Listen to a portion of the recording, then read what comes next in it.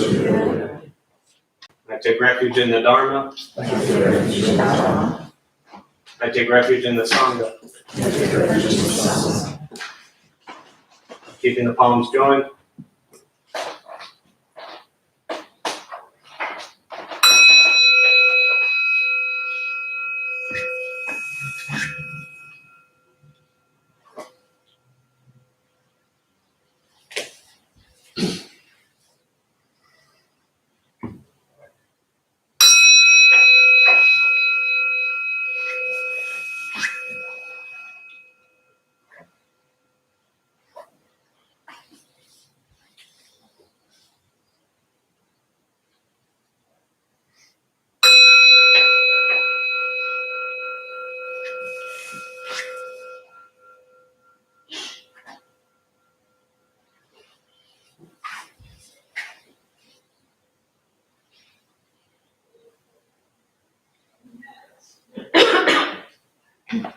Put the palms down.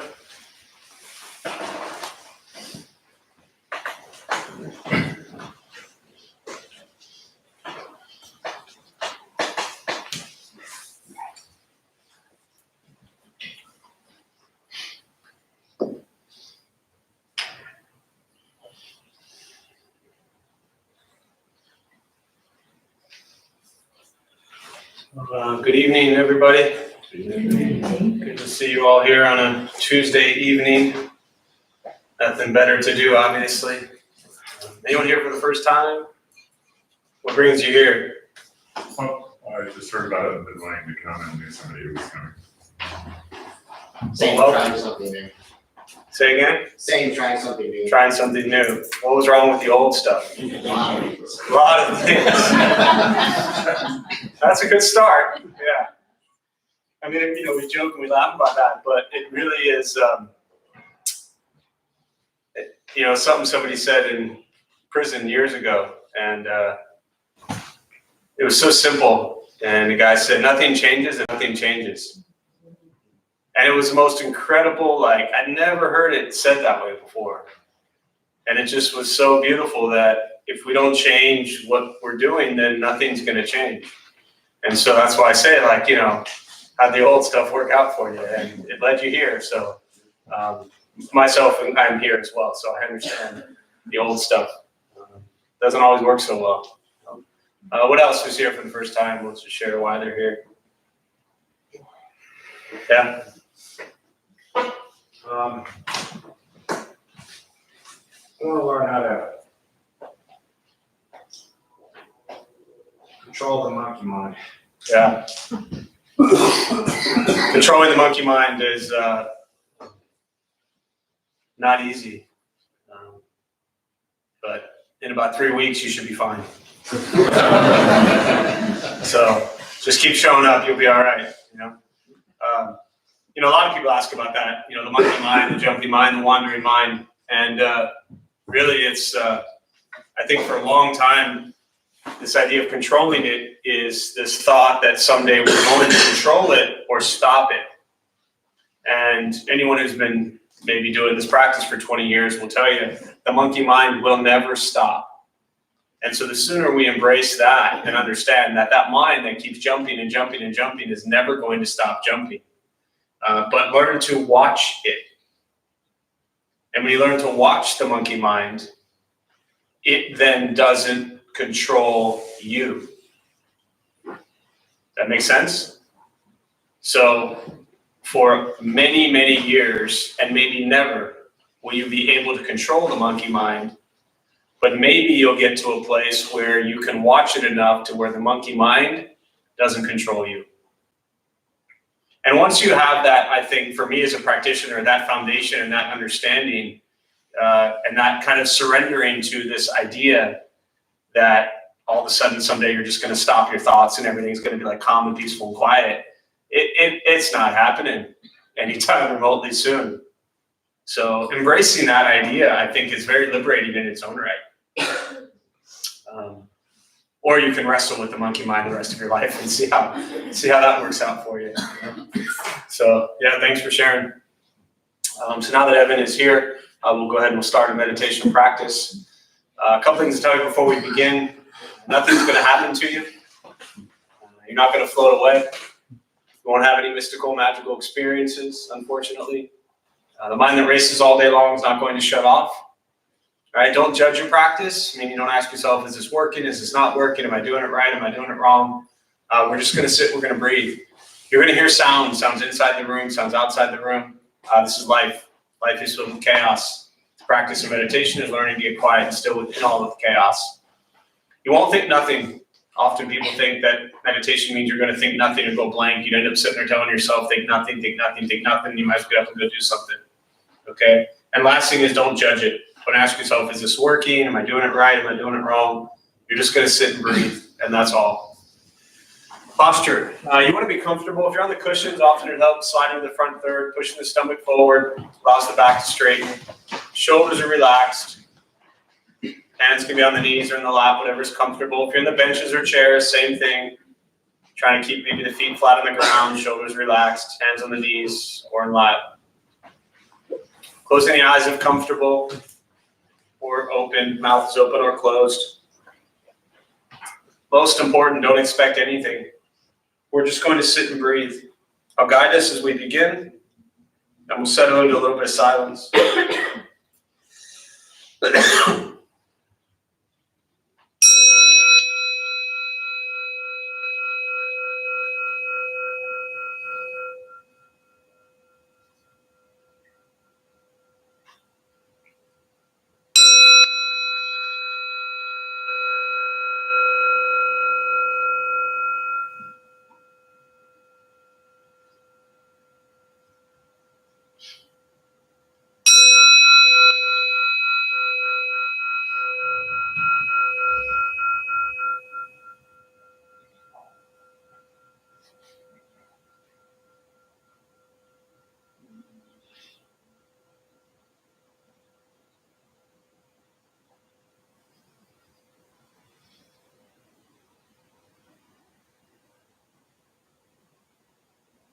Again, starting with the eyes closed if comfortable, or slightly open.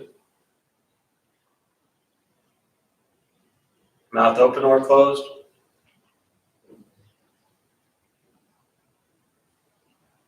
Start with taking 3 deep breaths, slowly.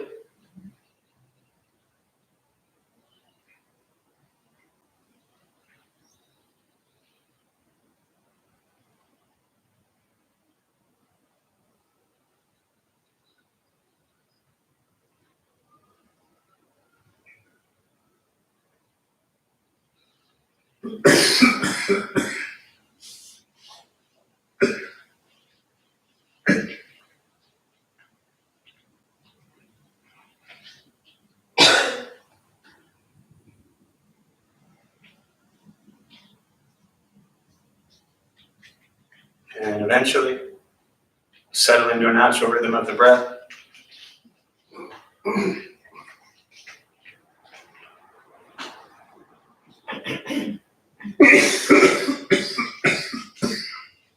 Knowing throughout the practice, you'll hear sounds inside the room, sounds outside.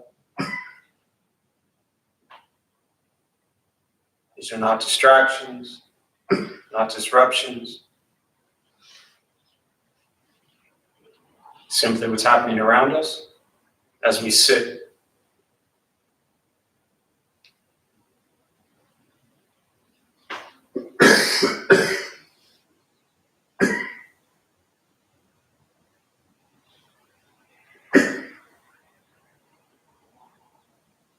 Noticing the mind as it wanders, jumping from thought to thought.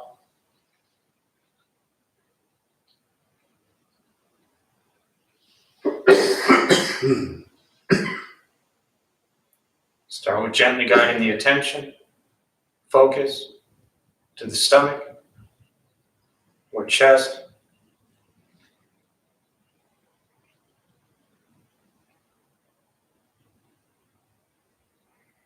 Breathing in, feel them rise.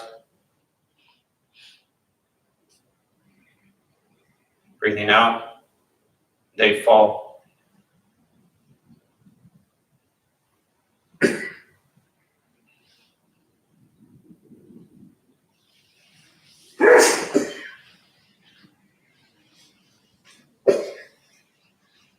simply continue this practice, observing sensation of breath.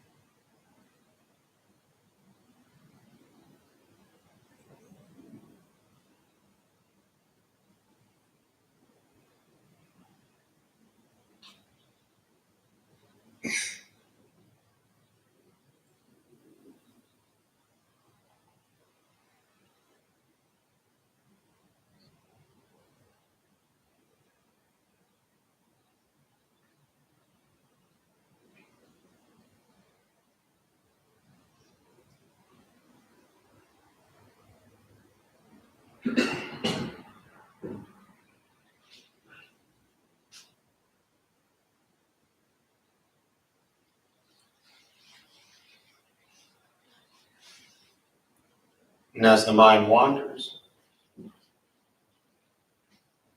lost in thought, recognize it, release that thought,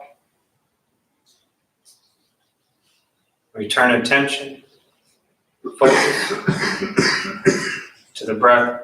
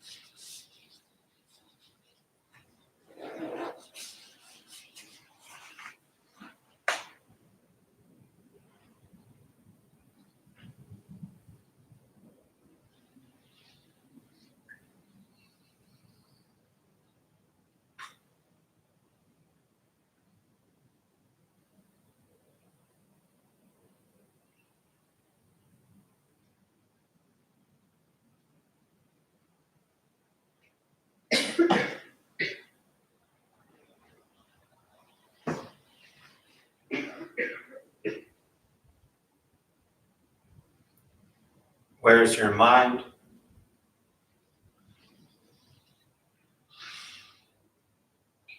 Lost in thought?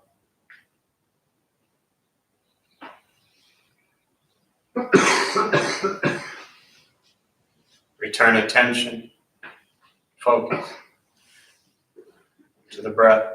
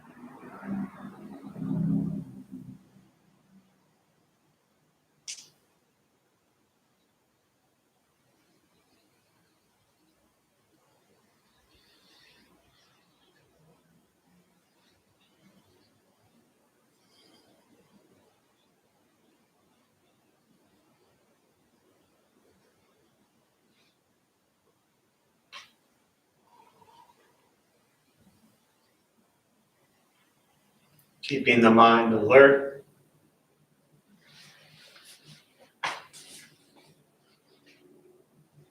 Aware of each sound.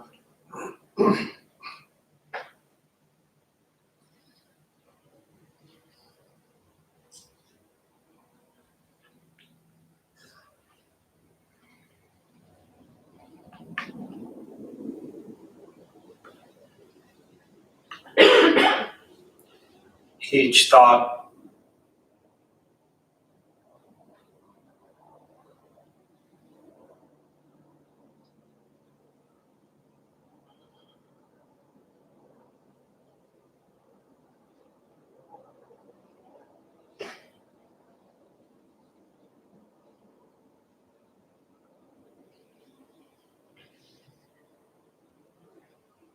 Each physical sensation.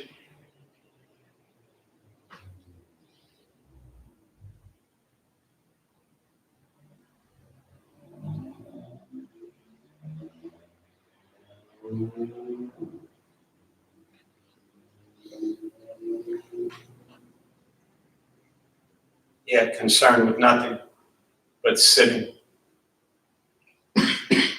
breathing.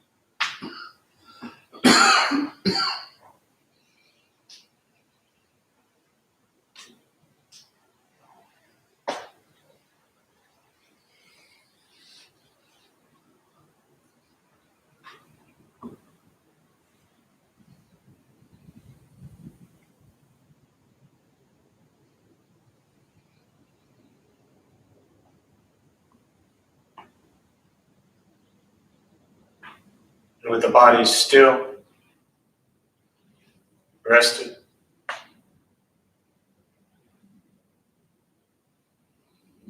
and the speech quiet, aware of all sound,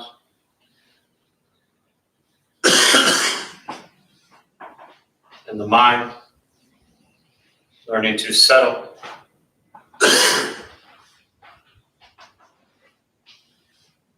know what it's like to just sit and breathe.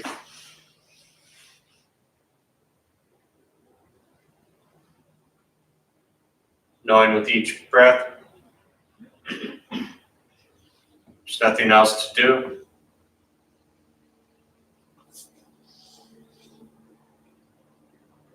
Nowhere else to go.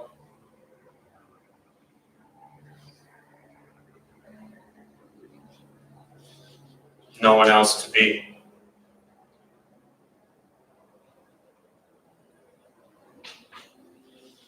Everything beautiful, exactly as it is.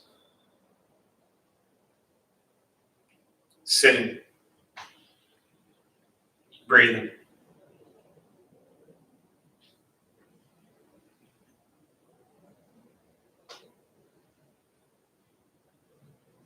Once again,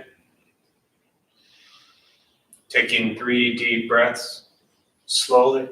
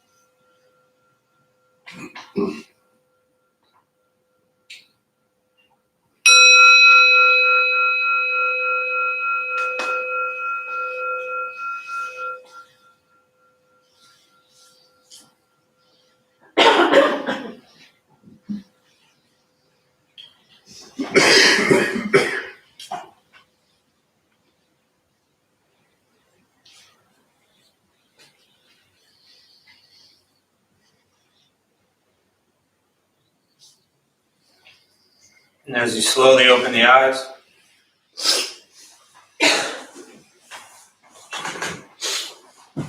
slowly begin to move.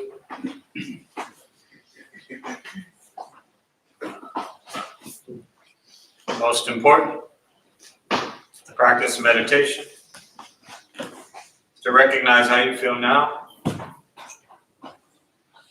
immediately after. Compare this to how you typically feel throughout your day. Recognize the difference, if there is one.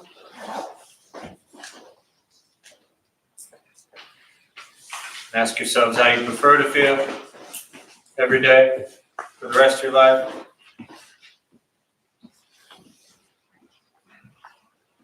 And realize however you feel now, it's quiet, calm, still, or a busy mind, racing mind. Whatever you're sitting with at this moment, has nothing to do with anything I said. It's nothing to do with how we sit, hold the hands across the legs. It's nothing to do with the sounds around us or anything else for that matter. It's everything to do with your own mind and your own mind's reaction to an external condition. This is what the Buddha called pratitya samuppada, means dependent origination. This is the basis of the Buddha's awakening. The word Buddha simply means awakened. He was a human being no different than anyone in this room who began to understand why he suffered, why he got angry, sad, depressed, stressed, anxious. He began to understand the causal relationship of all phenomena. And what that means very simply for all of us in this room, regardless of where you come from, or what you believe in, or where you think you're going, your whole life is filled with things that happen. You react. More stuff happens, more reactions. That's what we get every single day. This practice is learning what it's like to respond to something quietly, peacefully, still. Because for most of us, the way you responded to the last 20 minutes is quite different from how you respond to everything else that's happening throughout your days. And so all we're working on is closing the gap where the way you feel now is closer to how you feel always. Just as driven, motivated, productive, successful, whatever that means to you in your respective lives. But with a mind that's steady, clear, focused, distracted by nothing, disturbed by no one. This practice is not easy. It's not necessarily fun. It's not an escape, as often people might think it is. If your life is a crazy, hectic, stressed out mess, all the meditation in the world isn't going to fix that. It makes you become aware of why your life is a crazy, hectic, stressed out mess so you can then make changes in your actual life. Meditation is free. Buddhist practice is free. Sitting, breathing, becoming aware of what you think, what you say, and what you do. And learning to be kind to yourself and everybody else you encounter every moment of your life. That's why we call it a practice. It's not a quick fix. It's not a 6-week course. If you've been angry for 40 years, it's going to take more than a few weeks to cut through that. It is a lifelong practice. We spend so much time trying to control, fix, manipulate everything and everyone around us. Hoping they do this, hoping they do that, wishing they would do this, wishing they would do that, wondering why this happened, why that happened. So much time wrapped up in the past. So much time worried about the future. This practice is learning to be with things as they are and learning to control your mind and your reaction to the world around you. And once you do that, life gets simpler. The craving, desire to fix and control, manipulate everything around you decreases. But it's a practice. The only thing I want to touch on briefly and then just open up to questions. And I talk about, I'm not a comparative religious person. Raised Jewish, couldn't tell you much about deep religious Jewish teachings. That's my fault. I didn't quite pay attention. And I've never studied other religions. And Buddhism's been a part of my life and around it for the last 20 years, really, as a practitioner every day for the last 16 years. And one thing is good, because when people want to do like comparative religious questions or dialogue, I can't say much because I don't really know much. But I do get to hear a lot of what people say. And for the most part, especially in places like the Dharma Bum Temple, my guess is about 99% of the people in this room were not raised Buddhist. As I always say, we were raised Christian, Catholic, Muslim, Jewish, pagan, or whatever it might be, or lack thereof. And so at some point in our lives, somehow, obviously because you're all here, we end up here in a Buddhist temple on a Tuesday night at 7 o'clock. Curious, intrigued, interested in Buddhism. And as I like to say, Buddhist practice is simply nothing more than learning about yourself and the nature of your own mind and how you perceive the world. And so, as the idea or hope to be better Buddhists, as I often hear people say, I want to put something into perspective to hopefully shatter that a little bit, because I think that view is a little bit unhealthy. I mean, to say you're a better Buddhist than somebody else isn't so Buddhist anyways.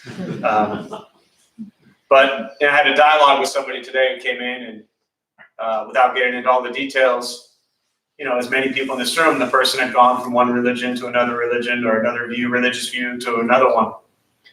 And they talked about their original religious view. And they said, well, they were doing that maybe for whether you go to heaven or whether you go to hell. I'm paraphrasing all of this. I leave all names out to protect the innocent. But and then they said, and then they went through this atheist period of their life, and they were just trying to be good for the sake of being good. And then now they're exploring Buddhism, and they tie Buddhism into trying to get or enter or learn about nirvana. And they sum these three things up very quickly. My response was, go back to your atheist view, which was what? Be good for the simple sake of being good. To me, that was the most Buddhist thing I heard all day long, right? Coming from someone who was describing their views as an atheist. And I bring this up, always around a new year, and people are seeking and craving and searching, what's the new thing that's going to happen to me this year? What's my new pattern and my new beliefs and my new way of being? Just be good. We all know what that means. We don't have to put it in a Buddhist context to try to do that. We can. We can rattle off the Four Noble Truths and the Eightfold Path and the 6 Paramitas and work on being generous and kind and moral and patient and compassionate and wise. All Buddhist phrases, also all words we understand in every religious view. And just try to be good. Be good to yourself and be good to others. It doesn't have to be so complicated. I think Buddhism is fascinating and a beautiful teaching and practice and way of life, and something that, really if put into your life can drastically change everything you do on a daily basis. But at the heart of what the Buddha was teaching, I believe, is this idea to be good to yourself and good to others. So call that view or that teaching whatever you want. It's really the same. So the rest of tonight, just try to be good.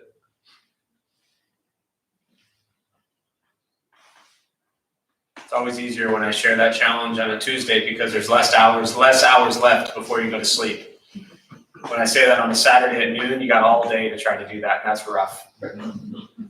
So with that, I'll just open up to questions, meditation, Buddhist practice. I'll use the rest of the time to address that and go from there.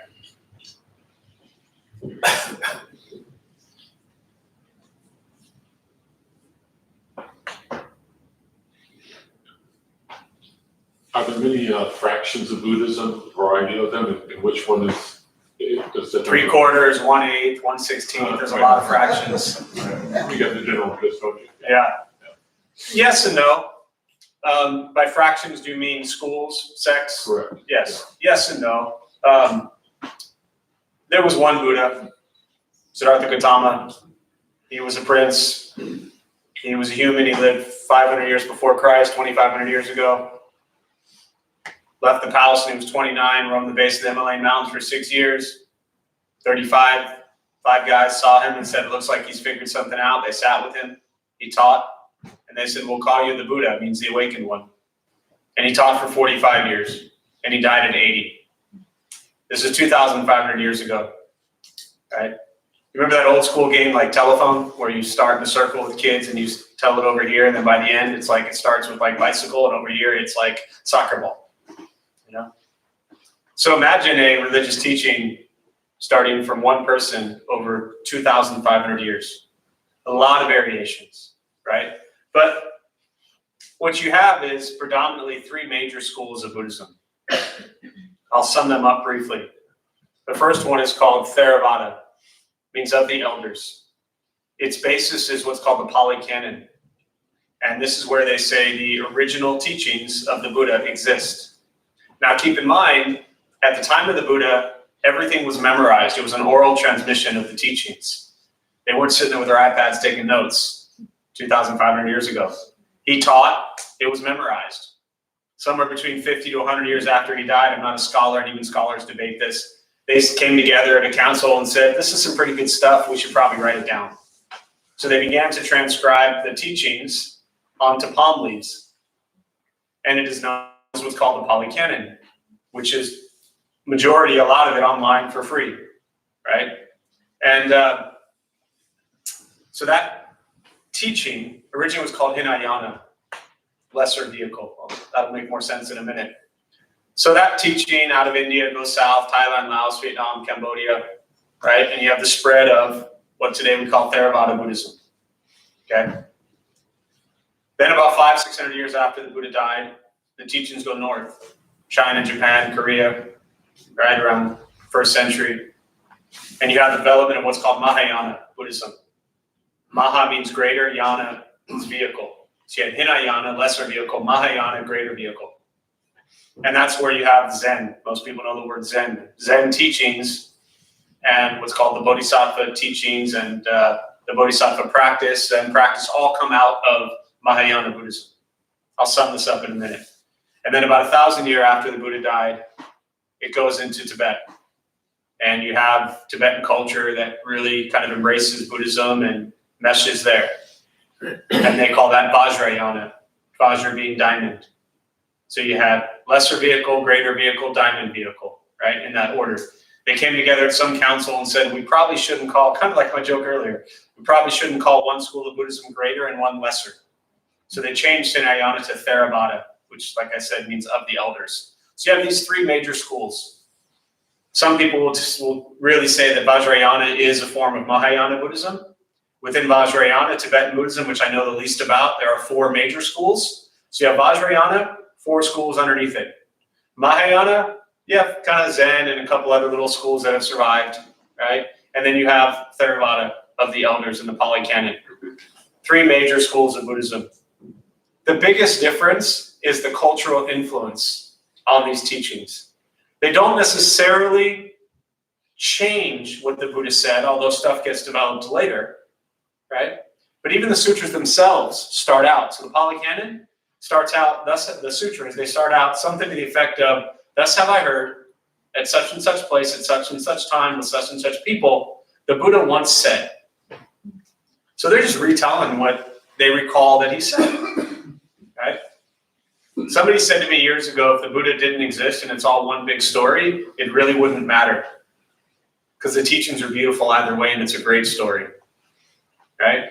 The other thing about the different schools is they're really pulling from the same core teachings. They don't kill each other over the different views. They're not, battling which school of Buddhism is better, right? It's different. And again, the difference is predominantly based on the cultural influence. Suzuki Roshi had said when Buddhism goes into a new culture, it takes about 200 years for it to take root. So when Buddhism went into China, for example, you had Taoism, Confucianism, and Shintoism, and now you have Buddhism coming in there. So you have a meshing of all these things.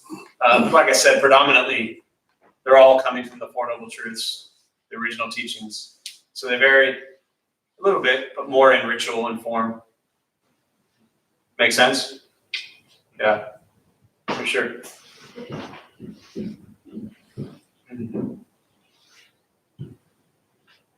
Other questions?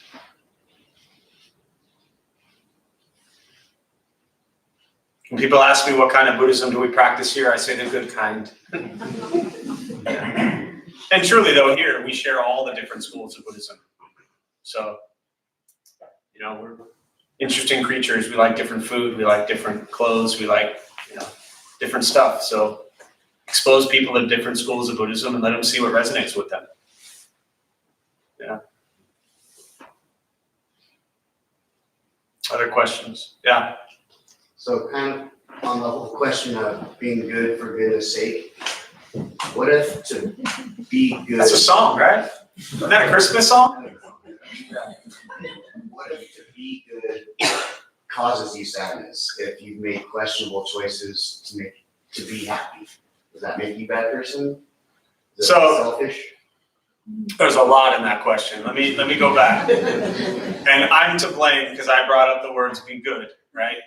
In Buddhist practice, it really doesn't help at all to look at this idea of good versus bad. Again, I'm going to completely contradict everything I just said, so bear with me here, right? But when I say be good, that has a general meaning to it, okay? That meaning is different to all of us, but when we hear good, we automatically, very often, will think of good versus bad, right? So Buddhist practice isn't so much about good versus bad, it's about understanding what is the intention, and this will, I think, won't answer your question, but it'll help you continue to explore whatever it is you did or didn't do that you wish you had or hadn't done, okay? And however you feel about it right now. Trying to make peace with it. Again, you are here on Tuesday at 7 o'clock, so that tells me something, right? What was the intention? Don't answer this, but this is the question we ask ourselves as a practitioner. What was the intention behind what I did? Abandon this good versus bad because that brings up duality, which is really the heart of the Buddhist teachings, is that we live in this dualistic world that says good, bad, right, wrong, this, that, and that draws separation between people, places, and things. Okay? What is the intention behind the action? The Buddha taught that we suffer. It's a second noble truth because of greed, anger, and ignorance. First noble truth is we suffer a lot. Life is dukkha. We experience a lot of suffering in life. The second one is the cause. Is it greed? Is it anger? Is it ignorance?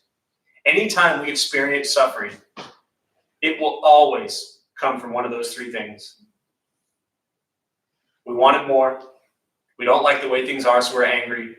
We're ignorant, meaning we think we're correct, and we think our view is right. We overcome greed, anger, ignorance with generosity to overcome greed, compassion to overcome anger, and wisdom to overcome ignorance. So again, back to the question, whatever it is we did or didn't do, what was the intention? Filled with greed, anger, ignorance, or filled with generosity, compassion, wisdom?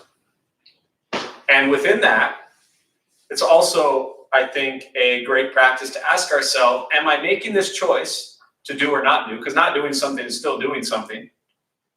Am I making this choice to do or not do something because it's going to benefit me? Or am I making this choice to do or not do something because it's going to also benefit others?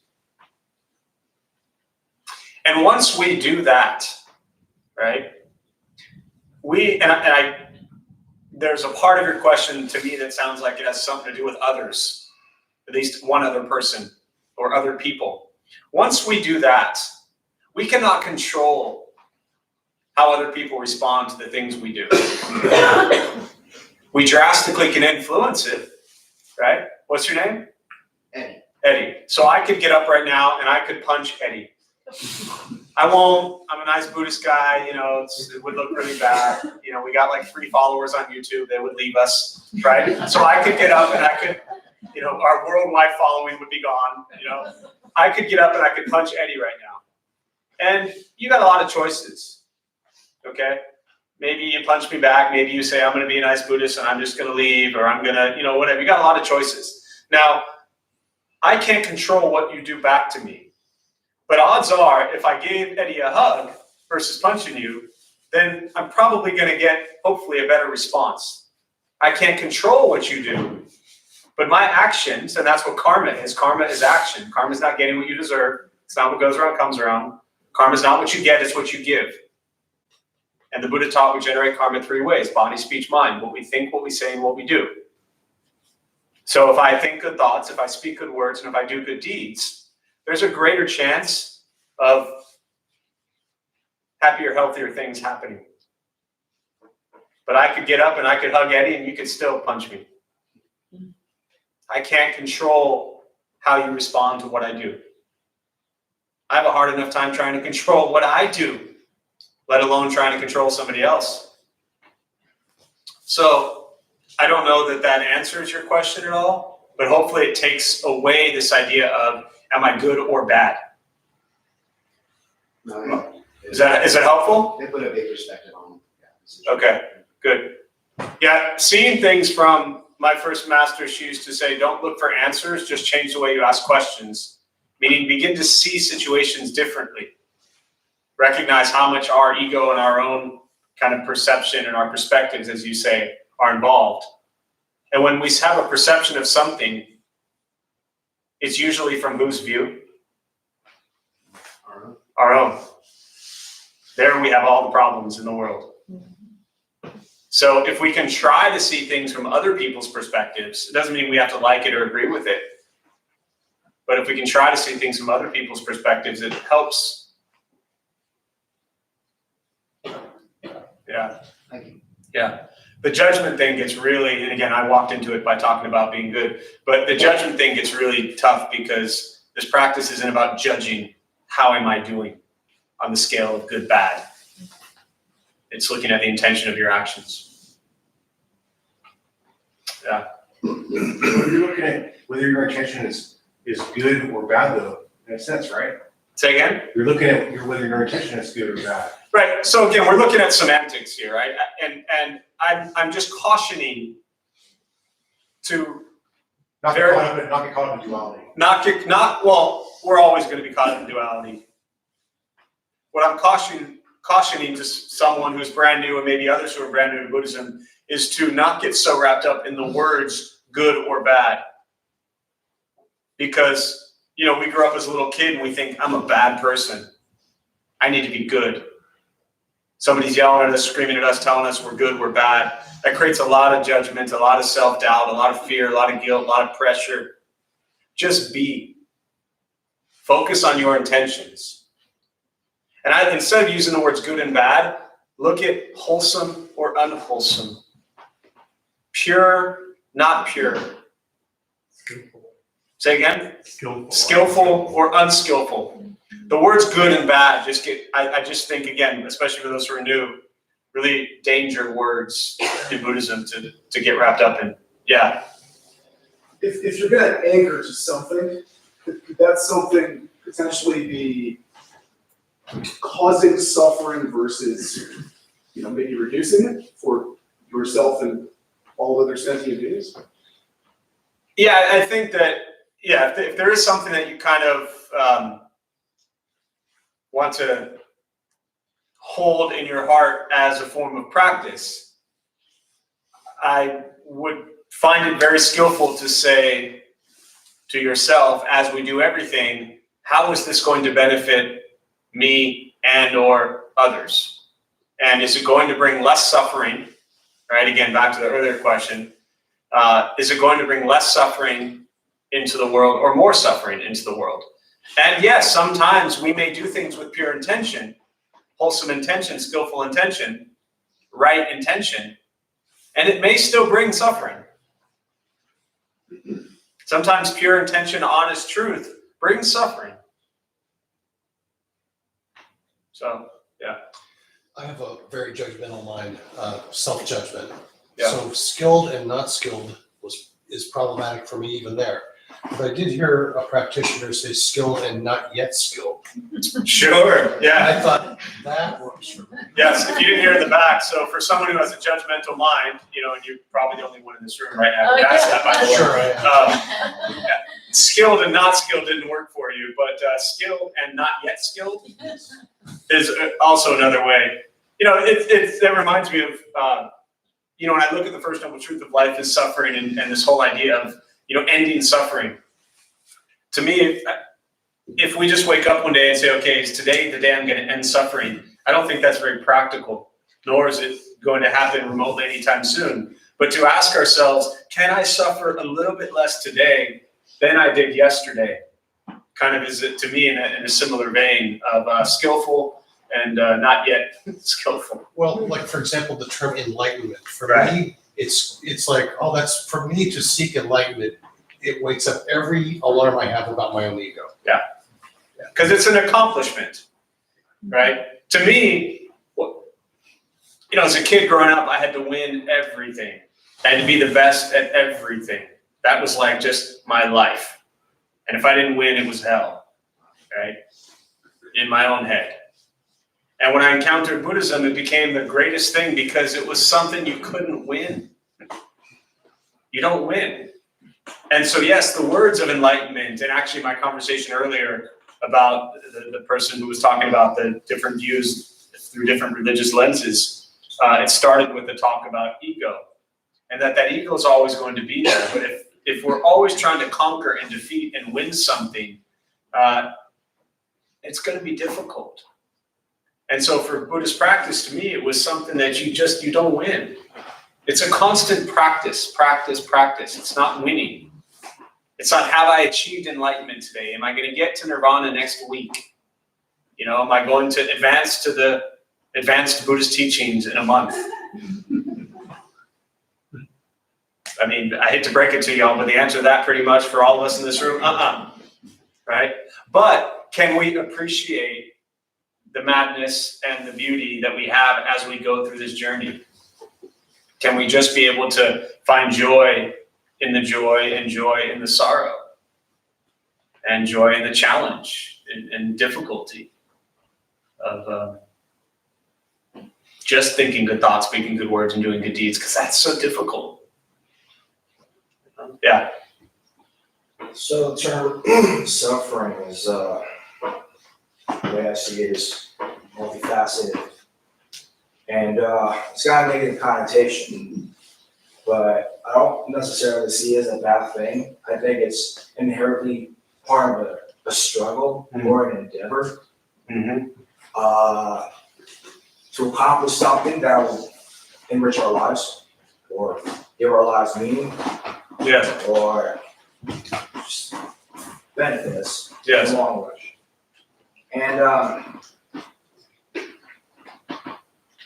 And this is the main reason why I think people procrastinate, because they want to avoid this type of suffering. Say, for example, doing homework, right? Or just studying for an exam or whatever. And the thought of accomplishing this task can be very, it can produce pain, I guess. And people want to get away from that pain, Right. procrastinating, and engaging in idle activities. I was wondering, how do you deal with this type of suffering? Sure. How can you push yourself to embrace this type of suffering and just get the task accomplished? Yeah. So great comments, question about suffering, how it can motivate us, and how to kind of get through it. And so let me back up, and I'll kind of close with this thought. For those who are maybe brand new, when the Buddha first taught the Four Noble Truths, which was the first teaching, the first thing he said is life is dukkha. It translates in English to suffering. Really a heavy word for most of us, right? As you said, it has a negative connotation. Suffering, discomfort, angst, dissatisfaction, to me, I think are healthier ways to look at the word suffering. You like mayonnaise? Do I like mayonnaise? Occasionally, yeah. What kind of food do you not like? Let me simplify this. If you ever order a deli sandwich, I have, yeah, yeah, and what do you tell them not to put on there? actually. Man, you're not making this easy. I mean, I don't eat bread anymore, but. Bread, okay, hang on. That's perfect. I can work with that. The sandwich maker put everything on it. Okay, I wasn't gonna. nope, you're good. No bread. So you go to a deli, right? And you go up to the counter and you're like, I want the number 17 with everything, but no bread. Okay? And you're all stoked because you're ready to eat this thing with no bread. And then they bring you the sandwich out. And gosh darn it, they put it on bread. Okay? How do you feel at that moment? How would I feel? I would just simply take out the bread and then just eat it. Okay, so you'd manage, but you don't love it. That is dukkha. What I first want you to understand around dukkha, suffering, is that it's not just heavy, extreme loss, pain, even the example you You gave. can also refer to the mild annoyance. Everything, Okay. everything, right? The temperature. We don't like the temperature. It's too hot, it's too cold. We don't like the clothes we're wearing. We don't like the shoes we're in. We don't like the hats we have on. We don't like the way the traffic is going. Everything throughout our day, all the little things that we change, right? We change because we don't like the way things are. We change them because we are experiencing in those moments dukkha, discomfort, angst, dissatisfaction. We don't like how things are, so we want to change it. Dukkha is also severe pain, loss, right? Very heavy. But it's the little things. If you're watching TV, a commercial comes on, you don't like it, you change the channel. In that moment, you're experiencing dukkha. Okay? So that's first important to understand when you're going to explore dukkha. Does that make sense so far? Yeah. How exactly do you experience dukkha by watching television? I'm just. Many ways, but I don't have enough time to do that. My point is, when you watch television and something comes on that you don't like, very often, maybe not you, but very often we change the channel. Do you listen to the radio? You're a bad example, forget it, right? We don't like things the way they are, right? We want to change it. This is the suffering we experience every day. Tonight, you're going to experience so much dukkha tonight. You don't even realize it. Now, you might not have heavy loss tonight. Maybe nothing traumatic will happen tonight, hopefully, right? But there are going to be a lot of things between now and the moment you go to sleep that happen that you're not okay with. Fair enough? That's dukkha. You're going to experience that all night tonight. It's not the end of the world. You'll get through it, most likely. Right? The second part to what you ask is how to push through it. And one of the heart of Buddhist teachings, which a lot of people skip and miss, is diligence, effort. Many people come to Buddhism thinking that we're just going to escape and sit under a tree and look like the people we see in images and everything's going to be fine. It doesn't work that way. Buddhist practice is incredibly intense. The great Zen master Dogen, who lived from 1200 to 1253, is the founder of the Soto Zen school. He said, practice as if your hair is on fire. Right? I don't have to worry about that so much, but you got some nice hair. If that hair was on fire, would you just sit there and like, yeah, my hair's on fire? No, you'd find a way quickly to put it out. The putting out of the hair that's on fire is the practice of understanding the Four Noble Truths, the Eightfold Path, the Six Paramitas. These kind of buzzwords are all on Google for free. Right? Generosity, morality, patience, diligence, concentration, wisdom. Actively putting those into your life every day, diligently, and working hard on it. Just like we would work on putting out our hair that's on fire. So the question to how do you deal with the suffering is you keep working. And you recognize that the only reason you're suffering is because you're doing something you don't want to do. And there's the craving and desire. I don't want this. As opposed to recognizing this is what I'm doing in this moment. And finding gratitude and appreciation for even being able to study, being able to be in school, being able to have a book, being able to read, being able to see, being able to talk, being able to take a test. Gratitude and appreciation for things that we're going through, so we don't have so much resistance. Desire is the root cause of our suffering. But I want to close with this. The Buddha also said that there are healthy desires. Without the desire to end suffering, none of us would be here right now. Without the desire to suffer less, none of us would be here right now.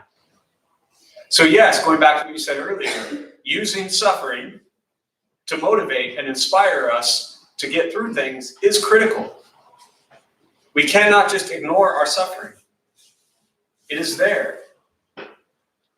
It's an illusion, meaning we're creating stories around it that create the suffering, but the experience of it seems real. By embracing this type of suffering, would that make me a sadomasochist? No, it makes you human. Embracing suffering is the first part to waking up, to figuring out how to end your suffering. If we don't embrace our suffering, we're never going to work through it. I'm not saying go out there and torture yourself. But my suggestion is tone down the way you're viewing the word suffering. Again, why the word suffering is a terrible word, a terrible translation for dukkha. Spend tonight looking at the little things that happen the rest of the night that you wished happened differently. And realize those things are dukkha, which gets translated in Buddhism to suffering. Discomfort, angst, dissatisfaction. Things not going how we want them to go. Embracing those is reality. And again, as a practitioner for myself and everybody in this room, the sooner we embrace the suffering, the easier it will be to overcome it, right? Ignoring it, avoiding it, is really not being honest. You know? There's I'm a big Cubs fan, as many of you know, and so the manager who was there, he was famous for all these t-shirts he would put together. And one of them said, "Embrace the suck." And it just means that sometimes things are going to suck. It's going to be hard. It's going to be difficult. It's going to be challenging. But if we're trying to create this little kind of perfect fairy tale life, that's not real. Embrace it. So I'm going to close on that. We'll join palms.